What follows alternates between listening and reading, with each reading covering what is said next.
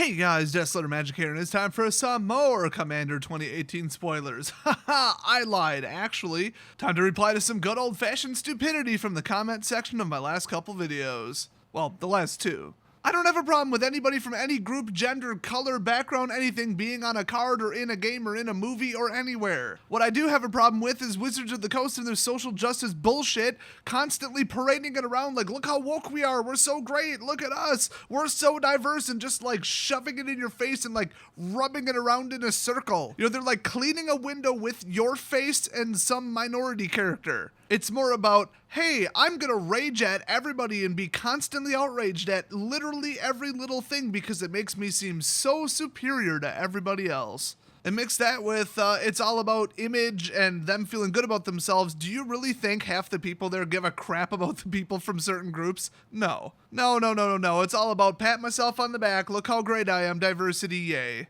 And secondly, yes, I know servos don't fly, I'm just not as aware of that at 2 in the morning. Shut up. And for the record, servos can fly, you just need to have another spell make them fly. I thought there was a third category of stupidity, but I don't remember it, so let's get right into the spoilers. Oh crap, it's in another language. So this is maybe Thantis the Maybe Warweaver. It costs a bunch of mana.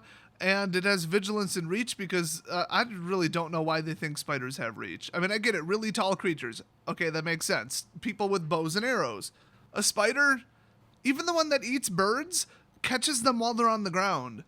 Anyway, all creatures attack each combat if able. Oh my gosh, do I love that effect. It's the old Bident of Thassa, except automatic. And whenever a creature attacks you or a planeswalker you control, put a 1/1 counter on Thantis the Warweaver. By the way, that's per attacker.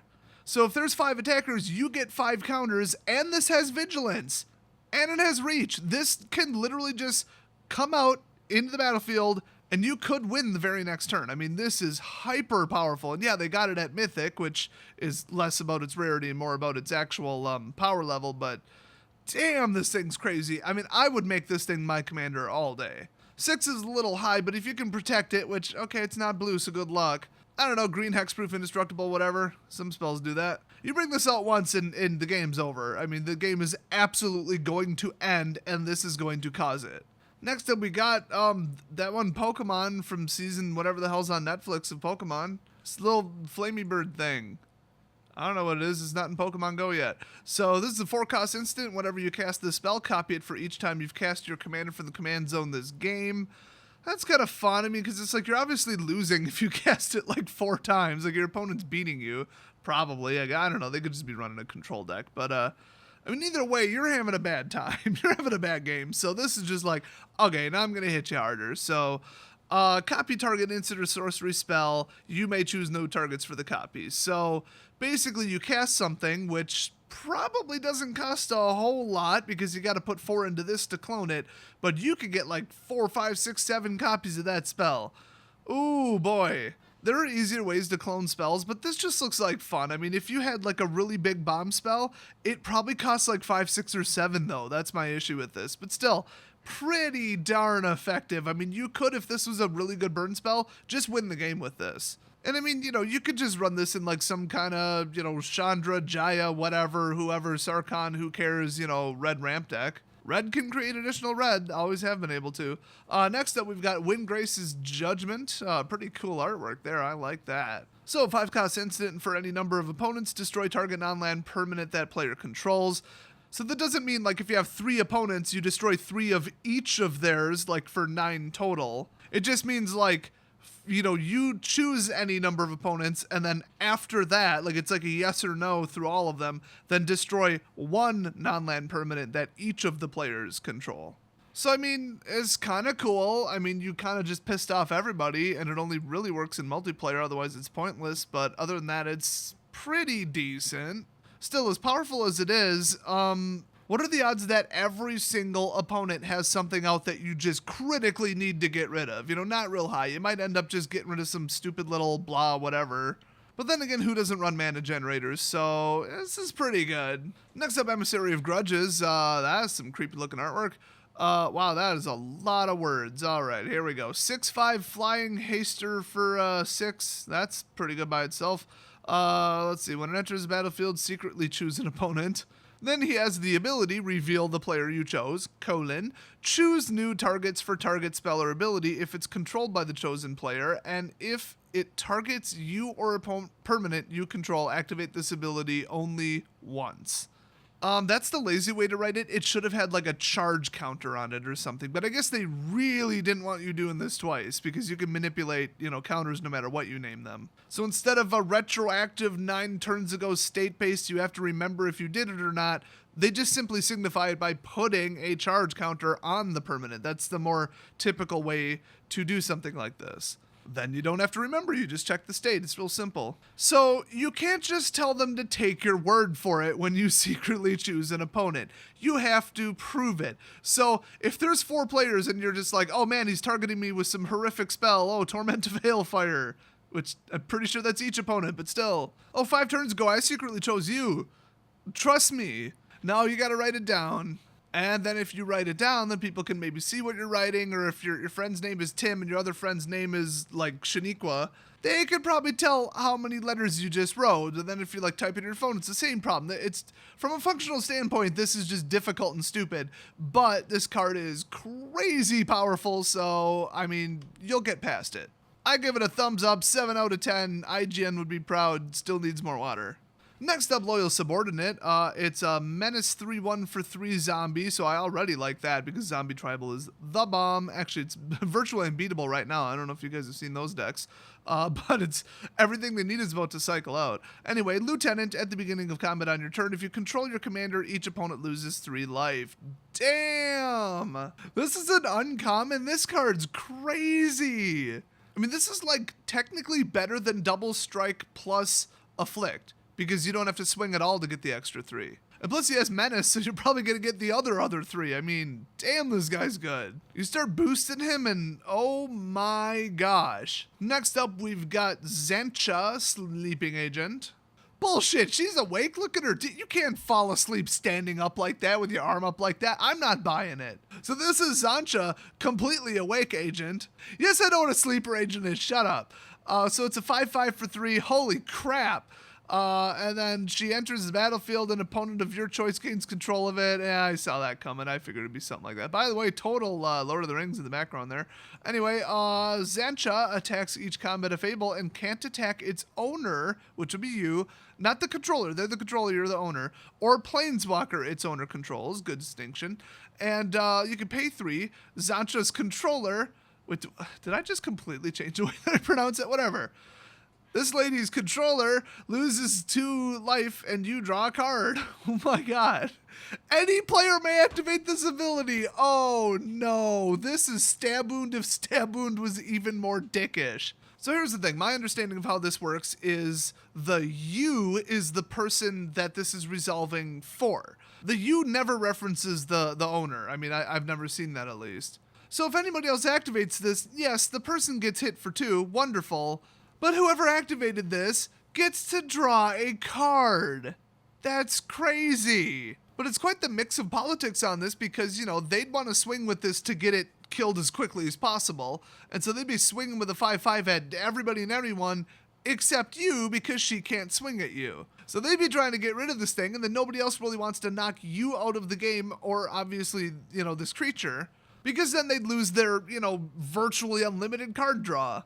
But then again, they're getting attacked with this thing. So, oh my gosh. Now, the funny thing is, a lot of these other cards are really, really good in multiplayer. This one would be insane in 1 vs. 1. Absolutely crazy. I mean, you run a ramp deck and get some mana going. Holy crap, you can just nuke the person and they can't swing at you. They can't do anything. They would have to waste the removal spell on this, and then it has to be a removal spell that doesn't say opponent's creature or, something to that effect. The thing is, though, they could sacrifice it because they're the controller.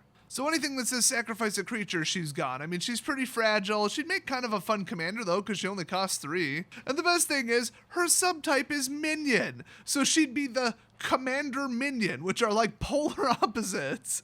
I just love everything about this card. This card is completely bonkers, and I love it. Next up, we got Blood Tracker. It's a Vampire Wizard, which that's always fun. It's a 2/2 flyer for 4, so value town already. And then if you pay 1 black and also 2 life, put a 1/1 counter on Blood Tracker. That's crap. And when Blood Tracker leaves the battlefield, draw a card, hello, for each 1/1 counter on it. Now we're talking. This by itself is really, really good, but then add in the fact that you can drop counters on it from other sources and they still count because it's just +1/+1 counters, not like, ooh, blood counters or whatever. Ooh, this is some crazy stuff. I mean, damn. I love cards where if they leave it in play, they're in trouble, and if they knock it out of play, they're in trouble. The best part is, unlike most other cards, he still gets the trigger if he gets exiled. Oh my god, I love it. Next up, we've got Nesting Dragon. And yes, that's how you pronounce it, don't you know? It's pronounced dragon. Why else would they spell it D-R-A-Y-G''N? Take off, you hosers who think that it's pronounced dragon. I mean, unless you're British, because that's how they would pronounce it. Yes, I'm going to get out my nesting dragon. Yes. And I'm going to put a monocle on him. By the way, oh my god, now I got to look it up. Is there actually an equipment called monocle? Or that is a monocle? Oh, damn, I don't think there is. And if there is, it's not called that. Oh my god, I could have made a commander deck called Fancy Creatures and it would just be the monocle. And I just fetch it and attach it to everything so all my creatures are wearing monocles. Anyway, what does this guy do? Probably not much without a monocle. Well, flying 5/4 for 5, already pretty good. And then landfall. Ooh, they're bringing back all my favorite mechanics. Whenever a land enters the battlefield under your control, create a 0/2 red dragon egg creature token with defender. And when this creature dies, create a 2/2 red dragon creature token.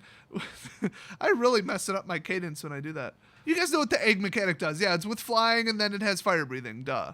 I think that's actually in standard right now. So yeah, that's really damn good. Next up, it's a petting zoo with a rhino in it, apparently. How totally awesome and simultaneously a gigantic insurance issue. So ignoring liability, it's 5 cost 4/4 with trample and lieutenant at the beginning of combat on your turn. If you control your commander, put a 1/1 counter on each creature you control. Holy crap, that's good. Each creature you control. I mean, people were playing that white thing with heroic, put a counter on every creature you control, and you had to target that with a spell. And that was considered a highly powerful deck. This is just like, oh, you've got your commander out? Cool. And if your commander's a creature, guess what? It gets a counter on it. I mean, he even puts a counter on himself. This is crazy. Next up, okay, I swear this is artwork from an unset. Maybe Unstable? I feel like that specific ape was on one of the cards. I don't know, whatever. It's called Reality Scramble. This has got to be good. It's also a rare sorcery speed quad red card. Well, not, okay, it costs 4, it's double red.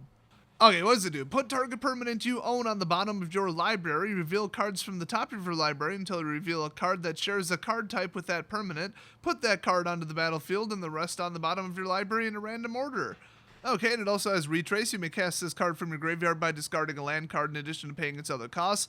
My beef with this is it says type, not subtype. Subtype would have been hilarious, but people would have just done like Eldrazi and then just put 1 and then just like loop it. But it has to be out on the battlefield in the first place. So all you're doing is just giving it an enters the battlefield effect over and over and over. And then to do it again, you'd have to have a land to discard. So I don't know. I don't think this is very good. I'm sure there's some crazy combo you could do with it because it's so like unique, but nothing immediately jumps to mind. I mean, you could get rid of some little crappy 1/1 or whatever, and then just basically the next creature you pull, you drop it directly into the battlefield. So you're gambling kind of, unless you know what's on top of your library or what the next 3 cards are or something like that. So you can turn a 1/1 token into an Eldrazi Titan, and that's pretty good. It's just you've got to be able to build it up. I just don't like stuff where like the stars have to align perfectly, otherwise the card does nothing. Just not a fan of that.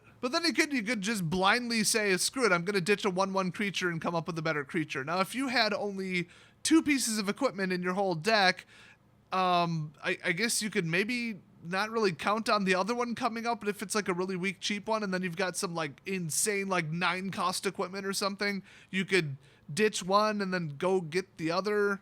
I don't know, it just seems way too narrow. So if you've got something to do with it, good for you. Next up, creepy artwork on this. So we got Gyrus, Waker of Corpses. It's a legendary creature, Hydra Mythic, oh boy, and it's triple color and then X00. Enters the battlefield with a number of 1/1 counters on it equal to the number or the amount of mana spent to cast it. So that's interesting. In case you didn't catch that, that includes the other 3, not just X. And then whenever Gyrus attacks, you may exile target creature card with lesser power from your graveyard. If you do, create a token that's a copy of that card that's tapped and attacking. Exile the token at the end of combat. So this is about 1/10 as good as the Scarab God, but that card needs to be banned, so that's not really saying much. So you could get an enter the battlefield effect, you could just get something that's really, really good at attacking because it's already tapped and attacking. You only get it for 1 turn and it has to already be in your graveyard, but I mean, you know, Annihilator 6. But of course to do that, he would have to have power higher than that of Emrakul. I mean, it's really, really, really good in certain circumstances, and I mean, by itself, you could still bring it out for a bunch of mana and then get a bunch of counters. I mean, it's a 7/7 for 7, it's a 9/9 for 9, it's a 2/2 for 2. The problem is you can't make it any bigger later without another way to drop counters on it because he doesn't do it himself. So I mean, overall, I kind of like it. I'd probably throw it in a deck just because it's on color if those were my 3 colors, but it's not spectacular. It's another one where if you brought it out, it's just like a vanilla blah whatever creature if you don't have anything really great in the graveyard or if everything's too high and you can't get this out for enough.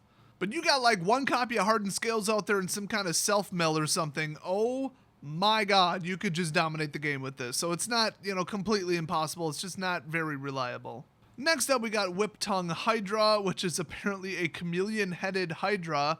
Oh, I didn't need to sleep tonight anyway. Thanks, Wizards. That's some messed up crap right there. Anyway, it has reach, and when it enters the battlefield, destroy all creatures with flying. Wow, that's not messing around. And then put a 1/1 counter on Whip Tongue Hydra for each creature destroyed this way.